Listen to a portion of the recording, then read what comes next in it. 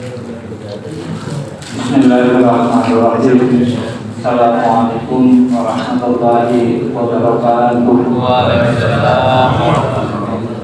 Alhamdulillahirabbil alamin wa bihi nasta'inu ala umuri dunya waddin. Wassalatu wassalamu ala asyrofil anbiya'i wal mursalin wa ala alihi wa sahbihi ajmain. Rabbi shrah li sadri wa yassir li amri wahlul 'uqdatam min lisani yafqahu qawli. Amma ba'du. Pertama-tama marilah kita panjatkan puji dan syukur kehadirat Allah Subhanahu wa taala yang alhamdulillah pada malam hari ini kita masih bisa dipertemukan kembali dalam rangka tawadhu ini. Salawat serta salam semoga kita limpahkan pada junjungan Nabi kita Nabi Muhammad sallallahu alaihi wasallam, pada keluarganya, pada sahabatnya, dan insyaallah kita selaku umatnya mendapatkan syafaat hingga yaumul qiyamah. Amin. Yang kami hormati Al-Mukarram Bapak Kiai Haji Habib Ansori, yang kami hormati para kesepuhan, para jamaah, bapak dan ibu yang kami muliakan.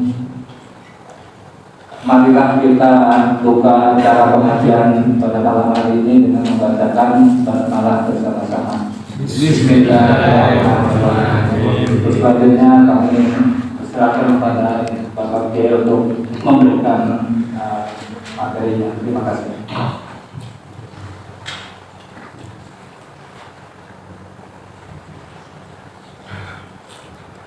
Assalamualaikum warahmatullahi wabarakatuh.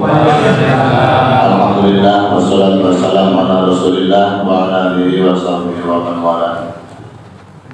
Amma ba'du. A'udzu billahi minasyaitonir rajim. Bismillahirrahmanirrahim. Wa la tankihu ma nakaha aba'ukum minan nisa'i illa ma qad salaf. Innahu kana fahishatan wa maqtan wa sa'a sabila. Hurrimat 'alaikum ummahatukum wa banatukum wa akhwatukum wa ammatukum wa khalatukum wa banatul akhi wa banatul ukhti wa ummahatukum allati arda'akum وهم أخواتكم من الرضاعة وأمهات نسائكم وربائبكم اللاتي في حجوركم من نسائكم اللاتي دخلتم بهن فإن لم تكونوا دخلتم بهن فلا جناح عليكم وحلائل أبنائكم الذين من أصلابكم أو تجمعوا بين الأختين إلا ما قد سلف إن الله كان غفورا رحيما. والمحصنات من النساء إلا ما ملكت أيمانكم كتاب الله وأحل لكم ما وراء ذلكم أن تبتغوا بأموالكم محسنين غير مسافحين. Bismillahirrahmanirrahim. Wala taqibu, dan janganlah kamu menikahi manakah ada hukum perempuan yang sudah dinikah oleh bapak-bapak kamu. Illa ma qad salaf, kecuali kasus-kasus yang sudah terjadi.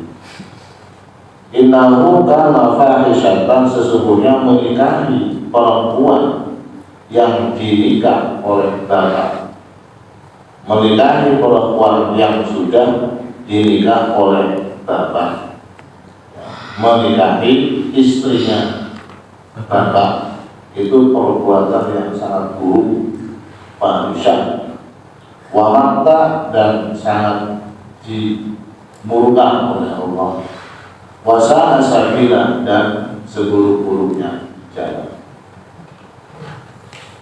Hurrimat alaikum, diharamkan terhadap kamu ummahatukum untuk dinikah.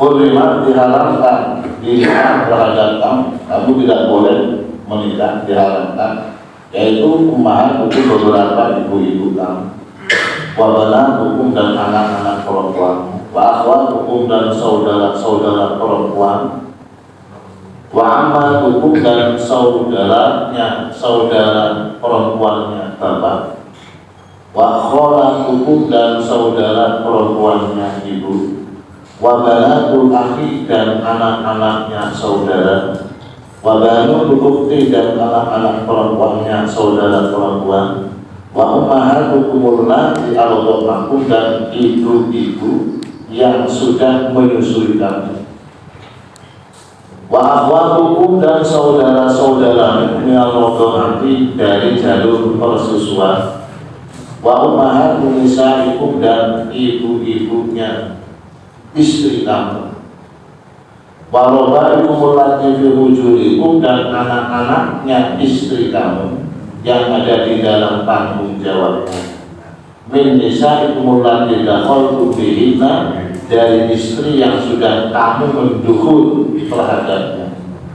Fa'ilam takunu dakhaltum bihinna, maka kalau kamu belum melaksanakan dukhul bersetubuh terhadap perempuan-perempuan, fala junaha alaikum, maka tidak ada dosa untuk menikahi anak-anak mereka. Wa halalilu abnaikum dan istri-istrinya anak-anak laki kamu, alladzina min aslabikum dari keturunanmu, wa antajma'u dan haram juga mengumpulkan di antara dua perempuan saudara, illa ma qad salam, kecuali kasus-kasus yang sudah lalu. Innallaha, sesungguhnya Allah, kana ghafurur rahiman, adalah zat yang sangat suka memberikan ampunan, rahimah dan sangat memiliki belas kasih sayang. Ini ayat secara umum sangat hafal ayat ini itu bisa mengkonstruksikan pernikahan, atau kalau hafal ayat ini tuh kayak kalau fit and proper test jadi ketua KUA lulus. Iya. Lancar nikah itu sampai ke sana itu orang KUA itu harus mampu menguasai pantas atau tidak orang ini dinikah. Kalau jangan-jangan ada jalur saudara yang tidak boleh dinikahi dan seterusnya. Ini ayat ini sangat cuma satu ayat tapi panjang ya. Saya dalam kesempatan malam ini baca dua ayat yang sama-sama materinya adalah menjelaskan tentang objek perempuan yang tidak boleh dinikah. Masa sekarang perjuangannya Anda menikahkan anak perempuan masih di bawah 17 tahun tidak diterima, dan ini masih di bawah belum cukup umur. Tapi namun Cina dulu boleh dinikahkan. Malah ini diangkali sama orang sekarang suruh Cina dulu. Bismillahirrahmanirrahim. Wala tankihu ma nakaha abakum, janganlah kau menikahi perempuan-perempuan yang sudah dinikahi bapak-bapak, istri-istrinya bapak, apalagi masih jadi istrinya bapak. Apalagi masih jadi istrinya bapak. Umpama mantan istrinya bapak itu tetap tidak boleh. Jadi ibu tiri, ibu tiri ya. Tidak boleh menikahi istrinya bapak atau ibu tiri. Illa qad salah, kecuali kasus terdahulu. Artinya zaman dulu ini umum ini Pak. Bekasannya bapak hebat anaknya. Zaman dulu itu istilahnya jadi ya. Makanya Islam itu melakukan penyempurnaan. Hal-hal yang tidak sekedar dalam Islam itu kan tidak sekedar boleh dan tidak boleh. bahkan lebih tinggi daripada itu, prayogi nopo boten ya. Elok apa tidak? Takut atau tidak? Sampai sholat seumpamanya pakai sarung doang, yang penting nutupi aurat, tutup sampai pusat, sah. Oh pantas, sah. Tapi apa pantas? Islam itu konstruksinya tidak sekedar pada posisi boleh atau tidak, tapi di atas itu pantas atau tidak. Lek pantas mesti boleh, nek boleh ada belum tentu pantas.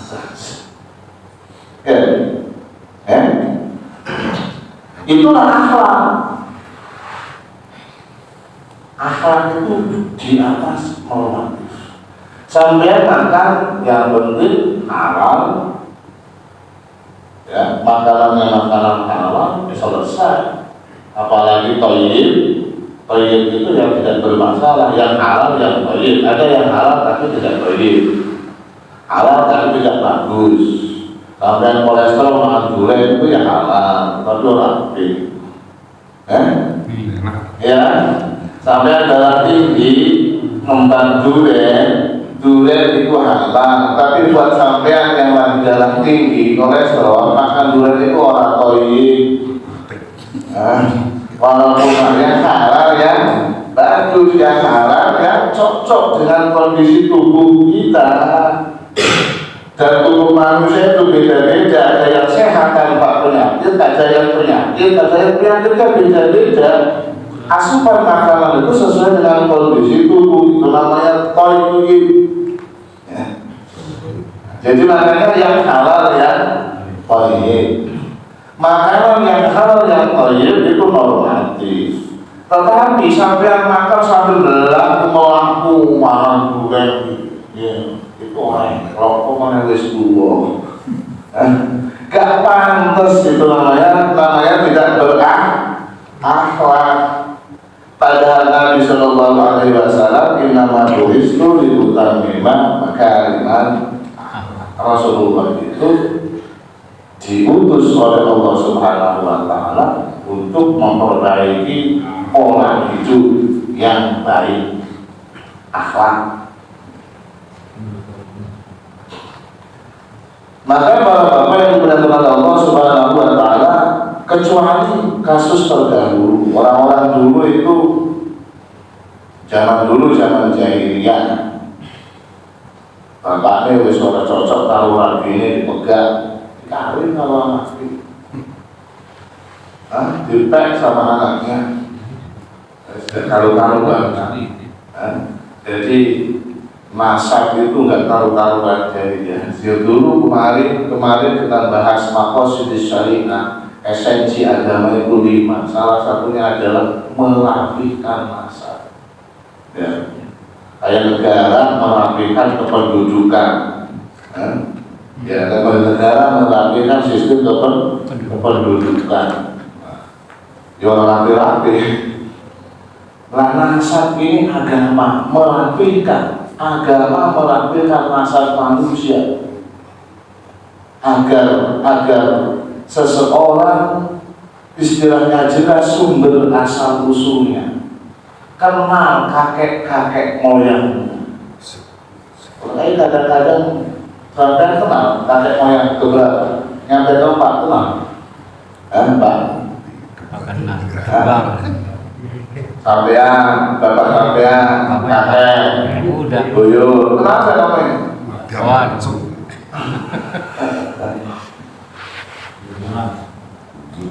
Lah kurang kakek moyangnya lebih kenal sampai keberapa? Muhammad bin Abdullah bin Syaibah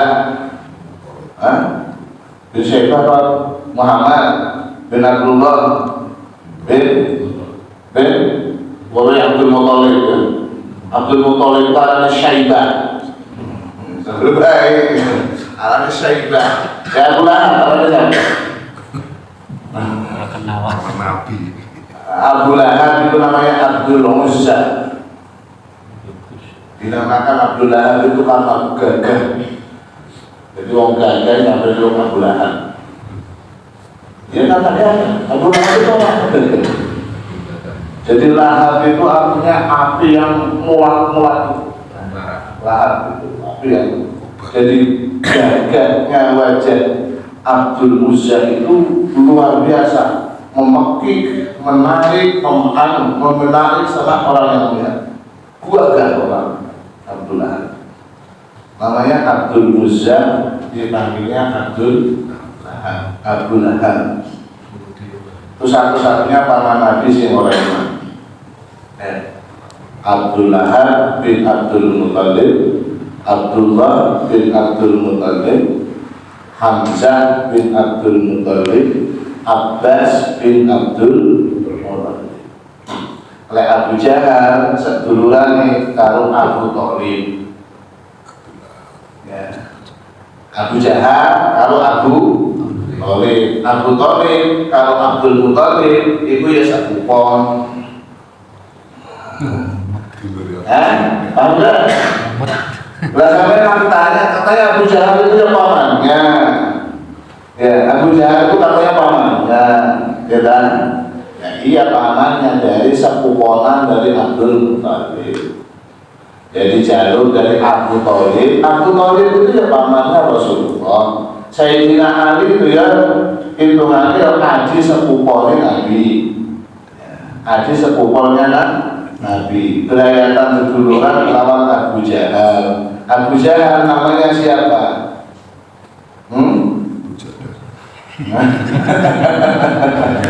Namanya Umar bin Hisham. Namanya Umar bin Hisham. Rasulullah pernah berkata, meminta kepada Allah, ya Allah, kuatkan agama ini dengan salah satu Umar dua itu. Ada dua geng namanya Umar bin Umar bin Khattab karo Umar bin Hisham. Ini penguasa kufar Makkah, preman yang paling ditakuti dua Umar ini. Makanya Rasulullah menargetkan salah satu yang harus masuk Islam. Dan ternyata yang dipilih oleh Allah Subhanahu wa taala adalah Umar bin Khattab. Padahal dulu Nabi Umar bin Hisham. Itu hidayah orang pilih-pilih sedulur. Itu target Nabi. Abu Lahab yang kasusnya sudah kenal Pak, tidak ada orang yang paling durjana dari umat Nabi Muhammad Shallallahu Alaihi Wasallam yang mengalahkan Abu Lahab. Itu presiden orang kufar Quraisy. Tapi segitunya dimurka oleh Allah, bahkan satu-satunya orang kafir yang cercaannya ada di dalam Al-Quran itu ada pula. Dilakana ada kafirun ja'adamuhu bitabban jadahu fil jahili mufallada. Ya. Bahwa sosok Abu Jahal, Abu Lahab ini adalah tertera caciannya Allah Subhanahu wa taala di dalam Al-Quran melalui surat Tabbat Yada, dan itu fonisnya Abu Lahab itu adalah seumur selama-lamanya fil jahili mufallada, neraka jahil selama. Tapi annahu fi yaumil isnaini daima yukhaffaf bisururi bi Ahmad. Datang sebuah riwayat bahwa setiap hari Senin Abu Lahab itu ning neraka libur. Setiap dina Senin Abu Lahab itu libur disiksa. Dia itu penghuni surga selama-lamanya, ahli surga, kafir kok. Abu Lahab itu fil jahil mukhallad, di neraka jahil selama-lamanya. Tapi masih ada pemberian dispensasi. Setiap dina Senin libur khusus. Kenapa? Lisururi bi Ahmada, karena pernah senang dengan lahirnya Nabi Muhammad. Karena ketika Rasulullah dilahirkan, Abu Lahab itu sebenar-benarnya senang. senang sebenar-benarnya. Tidak bohongan sampai budak perempuannya yang bernama Syekh Suwaibah al-Aslami, seorang budak perempuan yang ditugaskan untuk mendampingi Ibu Aminah di masa hamil tua ya Rasulullah. Ini begitu menghabari, wahai bos kapok, ponakanmu Ismail, ponakan gagal. Langsung anta alaiya ikhwah, kau bebas Suwaibah, orang jadi budak lagi. Spontan saking senangnya. Uang yang diponceng, rombongan menggal ponceng duit ya. Kalau saya kan dompet. Uang yang dibawa itu langsung diakur-akur di sekitar Ka'bah. Di sekitar terhadap orang yang ada di situ. Saking senangnya dengan akhirnya Nabi Sallallahu Alaihi Wasallam. Alhamdulillah apa? Masa wong BPI aku dan di jalur satu sewa yang berkata-kata Abu Lahab itu sekape isinya dompet dibuat, maksudnya dibantu dikasihkan sama orang yang ada. Saking senangnya terhadap akhirnya Nabi Sallallahu Alaihi Wasallam. Makanya kesenangan mati hidup kafir, mati kafir, lahir kafir, hidup kafir, mati kafir, neraka selawas-lawasi mungkin untuk apresiasi setiap Senin libur. Kalau baru kali semenit aja kafir. Kalau nikahnya bagaimana dengan kita yang Islam? Ya, hidup Islam, mati mudah-mudahan mati Islam. Dalam sepanjang hidup kita adalah orang yang senang terhadap Nabi Muhammad. Si kafir dari ada apresiasi seperti itu, mudah-mudahan lebih dari itu pastinya. Ya, itu istilah senang yang nyerempet sedengar bidara-bidara ngomong Abu Lahab. Ya. Hurrimat alaikum ummahatukum, ayat kedua diharamkan terhadap ibu-ibu kamu. Tadi satu ya. Satu tadi adalah istrinya bapak bertibu diri. Itu ayat yang pertama yang saya baca. Ayat yang kedua sekarang lanjutannya orang-orang yang diharamkan dinikah. Yang kedua, ayat berikutnya meneruskan penjelasan orang-orang yang haram dinikah, yaitu hurrimat alaikum ummahatukum, diharamkan terhadap kamu ibu-ibu kamu. Ibu, bapaknya wis mati, dia tetap ibu, kok dinikah.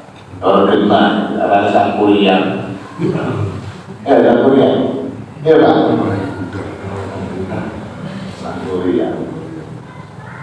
Ada nggak yang namanya sang kuliah? Ada Pak. Saya ada sang kuliah. Jadi bukan mitos, itu ada. Pernyataan situsnya ada.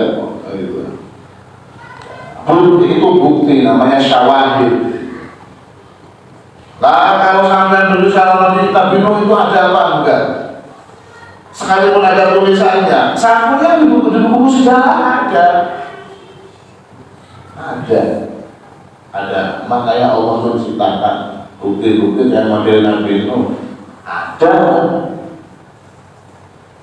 Wabana hukum dan anak Idris. Tiga, wa akhwatukum, dan saudara-saudara perempuan, saudara kandung, adik atau mbak. Wa amatukum, dan saudara perempuannya bapak. Saudara perempuannya bapak siapa? Bibi atau perempuan. Saudara perempuan dari bapak. Wa khalatukum, dan saudara perempuannya ibu, sama saudara perempuannya ibu. Wa banatu akhi, dan anak perempuannya saudara. Apa? Ya? anak perempuannya saudara, ponakan, ya. Ponakan perempuan, saya punya kakak, saya punya adik, kakak atau adik saya punya anak perempuan, nggak boleh kita nikah, nggak boleh. Ya. Tapi kalau anaknya saya dinikahkan sama anaknya ponakan saya, itu boleh. Yang tidak boleh itu langsung. Kalau dinikahkan dengan anak adiknya. Iya, ya sama. Jadi artinya saya punya adik itu punya anak perempuan, saya punya anak laki-laki, kita nikahkan. Boleh. Makanya awal ini sebenarnya bukan kita itu Indonesia satu sisi bagus, sangat dekat saudara, tapi kadang-kadang semauan sudah kategori hukum zina ini ya, bercampurnya itu sudah ini, walaupun itu saudara dekat sekali, karena nikah sudah batalin wudu. Jadi bab wudu, bab nikah, bab waris itu kadang-kadang integratif. Di wedok sing diharam nikah itu ya orang batal ke wudu, tidak membatalkan wudu. Perempuan yang tidak diharamkan nikah itu ya umumnya tidak membatalkan wudu. Umumnya tidak membatalkan wudu. Ada yang membatalkan secara umum. Umumnya dia itu dari waris dekat, itu adalah orang ahli waris, walaupun belum tentu mewaris. Ahli waris itu belum tentu mewaris, apalagi bukan ahli waris. Contohnya, A meninggal dunia punya anak 3, A punya anak B, C, D.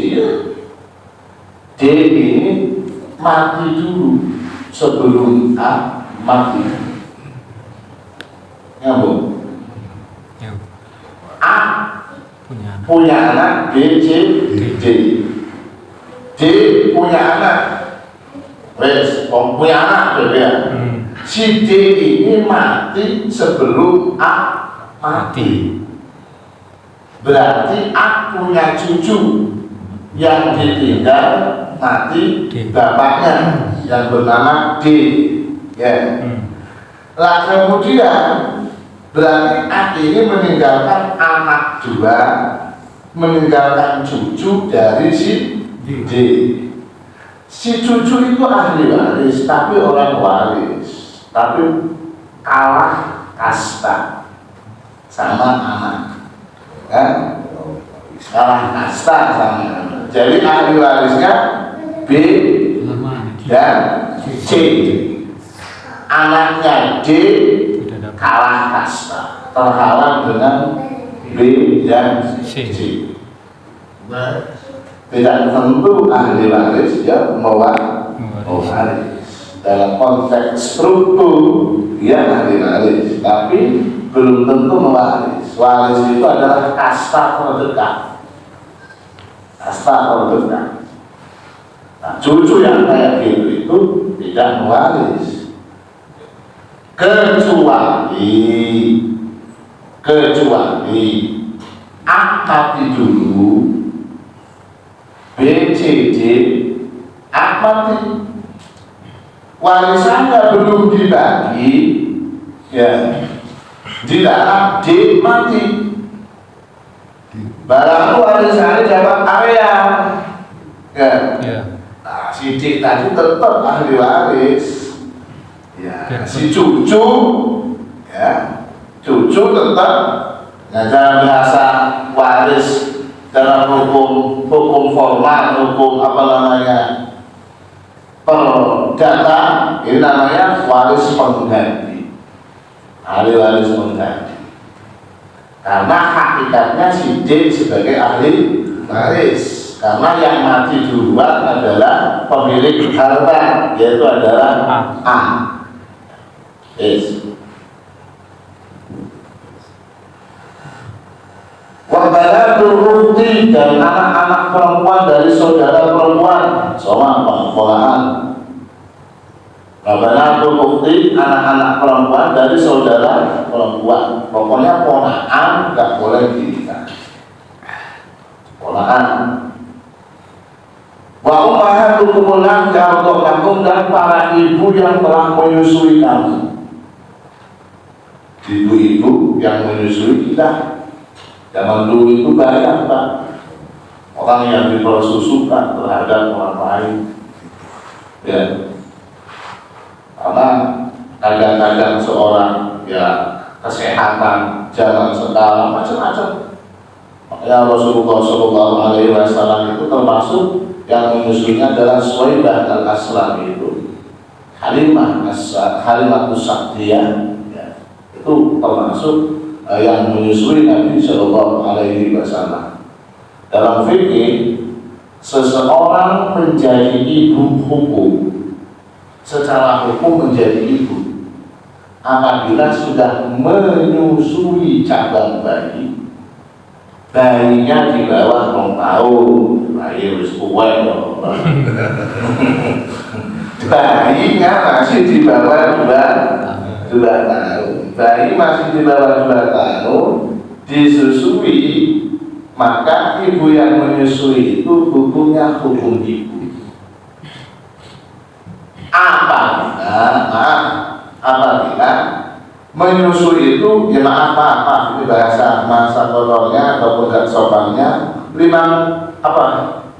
senyotan sudah sampai pada 5 senyotan dan nempelnya bibir pada dorong itu ya objek yang disusui. Tapi kalau model bahan susu nggak benar. Sekarang kan ada sistem airnya diambil, dibagiin botol, diletakkan ke bayi sapu nggak masalah. Tidak berpengaruh terhadap unsur ibu persusuan. Jadi syaratnya ada hukum ibu persusuan itu adalah satu, integratifnya antara cabang bayi secara fisik dengan ibu yang menyusui. Gitu ya. Syaratnya. Kedua, volume air yang disusu, volumenya minimal 5 piala.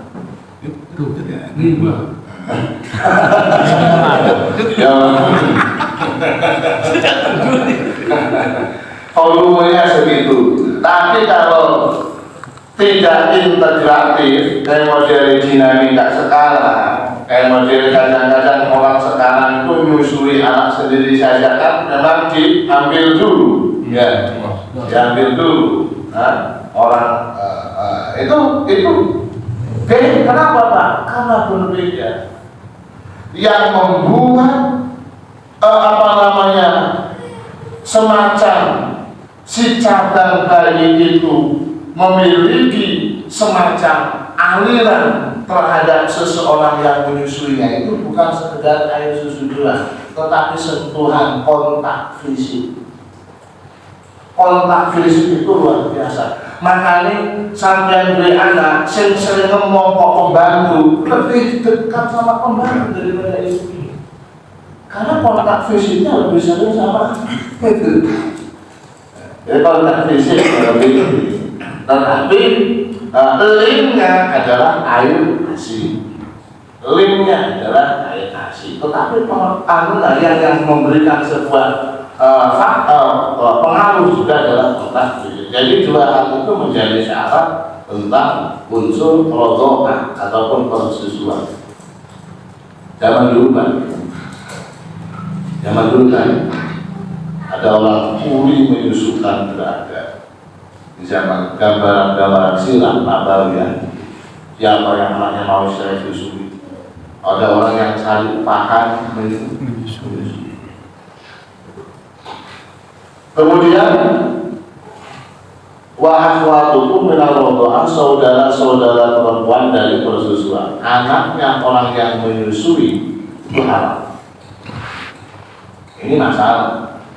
Jadi masalah yang timbul akibat dinamika persusuan itu legal, maka harus ada secara sekarang harus ada verifikasi, harus ada pernyataan, ada penjelasan yang kemudian nanti setelah besar jangan sampai terjadi pernikahan antara sesosok calon bayi yang sudah besar dengan anaknya perempuan yang dulunya punya riwayat pernah menyusui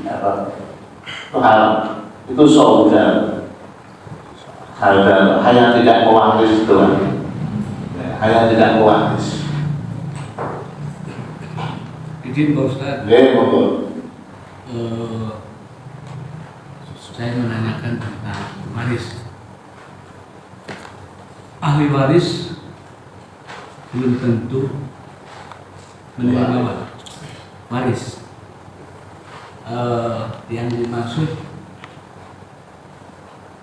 ahli warisnya belum tentu mewarisi ini kan karena meninggal duluannya. Nah, yang saya tanyakan di sini bagaimana hukumnya bagi orang yang merasa sudah cukup tidak mau menerima warisan. Sudah saya nggak mau warisan. Saya sudah cukup, sudah bisa usaha dan lain sebagainya. Nah, gimana itu dasar hukumnya? Ada orang. Apa memang Ada nggak orang? Ya. Ada nggak orang yang dapat bagian orang gelem itu? apa itu tidak termasuk mendahului karena dia kan punya anak? Lah iya, makanya saya tanya ada enggak orang yang dapat bagian gak gelem itu? Sing akeh iku untuk jatah tapi rebut.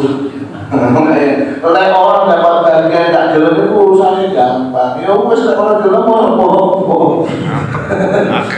Saya angel itu ngurusi orang untuk jatah tapi rebut. Itu menjadi urusan. Tapi kalau saya dapat jatah tapi saya nggak mau, berapa dibalik-balik aku terhadap yang mau. Sampean punya utang ke saya, sampean bayar utang ke saya. Kalau Ustaz utang saya 10 juta, ya sudah apa-apa, dosa saya. Bukan masalah dosa, jiwa ya, orang itu memberi itu gak ada hukumnya memberi itu, malah nanti bagus ini ya. Memberikan hak itu gak ada konyolnya, gak ada hukumnya memberikan, itu namanya memberi hak. Dapat jatah warisan, tapi dia memberikan saran yang lainnya, itu silahkan. Tapi jelas jatahnya berapa kan begitu kan? Contoh kecil ada warisan 10 miliar, anaknya 5. Berarti kalau ada sadang banyak 6 miliaran, kayaknya harus keluarga. Sama bagian bagaimana baik, itu kan dibagi apa-apa kan?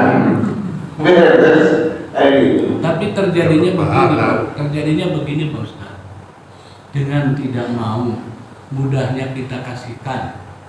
Bahkan ada yang bisa dijadikan wakaf. Sampai akhirnya dibongkar lagi. Maksudnya? Jatah warisan. Jatah yang tidak diambil. Bukan tidak diambil, dia tidak menerima. Tidak mau menerima. Tadi Pak Ustadz kan boleh-boleh saja, ya. Atau juga tinggal dibagi akan ada kan itu mudahnya nih. Tapi ternyata jadi masalah. Saya punya pengalaman di Anyer, sudah jadi wakaf kemudian dibangun masjid dibongkar. Yang jadi masalah kan orang berikutnya. Ya justru itu, karena tadi saya sampaikan apa dia tidak punya anak. Enggak masalah. Kalau masalah orang berikutnya itu apapun jadi kasus. Jadi seumpamanya sampean dapat jatah 2 miliar, itu bagi-bagi lain. Akhirnya kok anak sampean kemudian kok menggugat. Oh itu kan kasus orang berikutnya. Makanya bagaimana penanganan kasus agar ke depan tidak menjadi masalah diperjelas dengan sebuah semacam yuridis formal. Kalau sudah ada yuridis formal, ada bisa. Nah, bagian yang sudah menjadi jatah kita diwakafkan, ya harus ada surat wakafnya. Harus ada surat wakafnya. Begini Bapak. Bapak mewakafkan tanah, karena masjid ini sampean yang mewakafkan. Ya, wakafnya ke siapa yang secara majelis, secara duduk menerima, orangnya sudah meninggal dunia. Suratnya tidak diurus. Sampai ambil lagi, ya benar secara hukum perdata. Tapi secara itu ya nggak boleh. Belum benar, belum ada buktinya. Belum ada buktinya. Banyak sekarang kasus-kasus kayak gitu orang-orang dulu mewakafkan. Kalau orang dulu mah cukup dengan lisan. Pak Ustaz, ini loh saya punya tanah, sampai dari majelis taklim, dari madrasah di sini, monggo. Kali, barang wong sing wakaf wis mati, anak kiri bisa kan, duit sejarah jadi wakaf dibuktinya wakafnya. Kan orang sekarang, yang jadi saya adalah yuridis formal. Ada surat wakafnya baik, itu namanya masalah, bukan masalah pada salah hukum fikih, tapi dalam konteks penyelarasan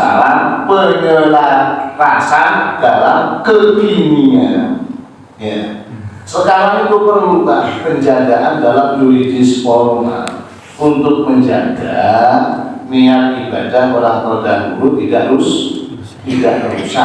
rusak faktanya. Kalau amalnya tetap, orang yang sudah mewakafkan itu yang diganggu sama anaknya itu tetap insya Allah, ya, tetap insya Allah. Jadi itu bukan masalah merubah hukum, itu masalah biasa, kasus manusia yang tidak terjadi dalam urusan waris doang. Jual beli, nak suratnya, nak KJB nih, umpama nih, bisa jadi digugat. Sampai punya tanah, sudah jual ke saya, Ustaz. Apalagi saya dulu Pak, jual tanah itu kalau beras. Oleh beli lumpur 10 liter itu tanah sambal 1 meter. Padahal 10 liter. Putu saya ini duit sejarah tanah itu tanah mbah. Orang-orang wis didol taruh beras 10 liter. Lalu kemudian sebelum tidak ada suratnya, yuk kawan. Orang yang mengambil wakaf karena sebelum ada surat wakafnya secara hukum negara dimenangkan, jangan nyalahkan negara. Memang negara mengaturnya seperti itu.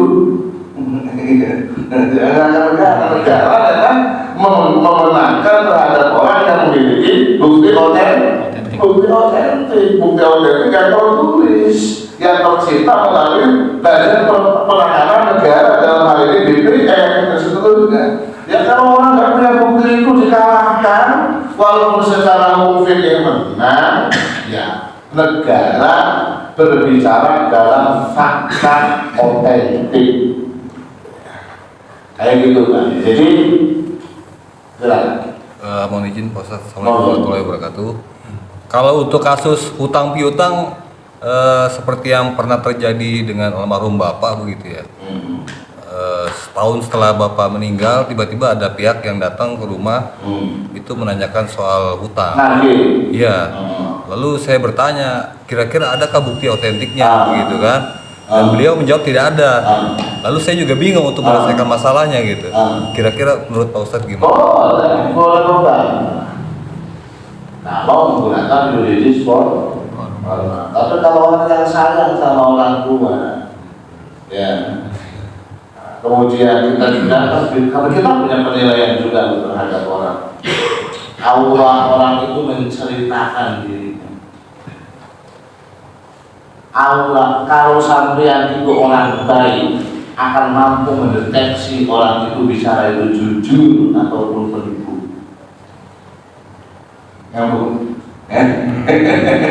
Kalau sampean itu orang baik, akan mampu mendeteksi orang itu orang jujur atau manipulatif. Gitu. Nah, kalau kita menganggap orang mantap ini ada di top ini, ya silakan. Gak percaya. Ya.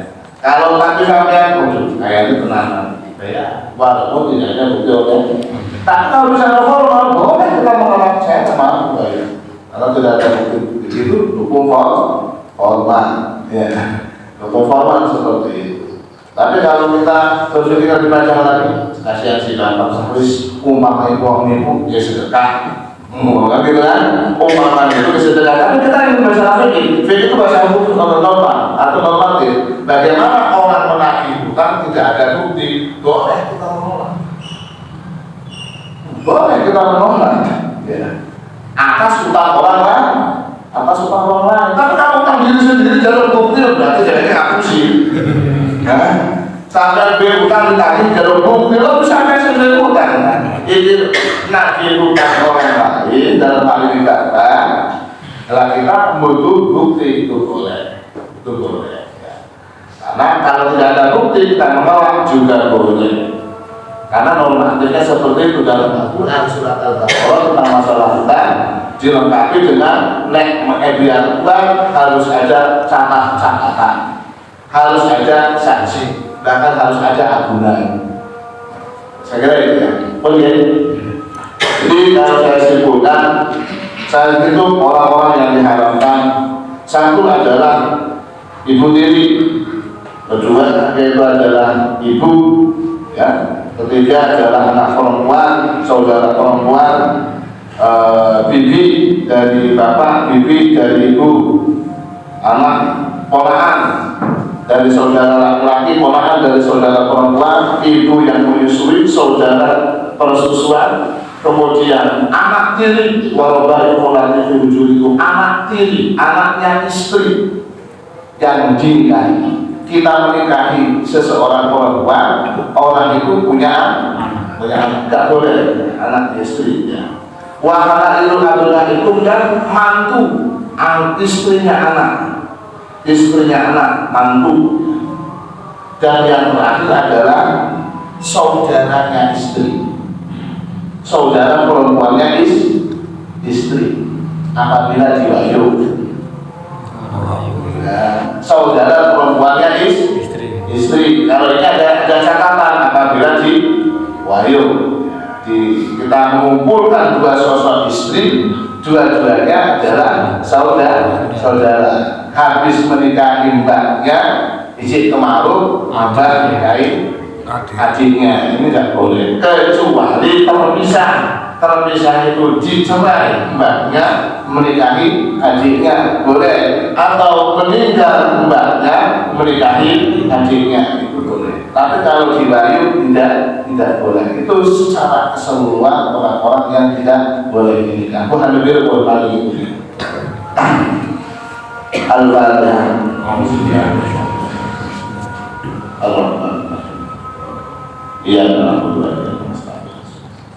Sallallahu alaihi wa sallam ghairil maghdubi alaihim waladdallin. Alhamdulillah rabbil alamin. Alhamdulillah kama yang bagi jalali wajibkan dari sultan. Alhamdulillah lana dzunubana wa wa walidina wa rahmatan tabaraka sallallahu wa jami'al muslimin. Rabbana atina fid dunya hasanah fil akhirati hasanah wa qina adzabannar. Alhamdulillah rabbil alamin. Assalamualaikum warahmatullahi wabarakatuh. Terima kasih kepada Pak Kiai yang telah memberikan tausiahnya. Mudah-mudahan ini bermanfaat untuk kita semua. Dan sebelum ditutup, kami selaku pengurus PKM menyampaikan bahwa insya Allah kita akan melaksanakan peringatan Maulid Nabi kita Nabi Muhammad SAW yang insya Allah akan dilaksanakan pada tanggal 23 Oktober yang jatuh pada hari Minggu malam Senin, dan ini sekaligus sebagai undangan dari kami Pak Kiai. Mudah-mudahan Pak Kiai berkenan bisa hadir dalam peringatan Maulid di masjid kita. Dan selanjutnya besok pada Isya kita diundang oleh guru kita Bapak Kiai Haji Ijudin yang insya Allah akan melaksanakan peringatan Maulid di pesantren Darul Mustafa Kami berharap dari jemaah dan pengurus bisa menghadiri acara Maulid Nabi yang insya Allah akan dilaksanakan pada malam Senin, dan penceramah insya Allah dari Yaman. Mungkin itu saja yang bisa kami sampaikan. Marilah kita tutup acara pengajian ini dengan membacakan hamdalah. Alhamdulillah. Sekian, terima kasih. Assalamualaikum warahmatullahi wabarakatuh.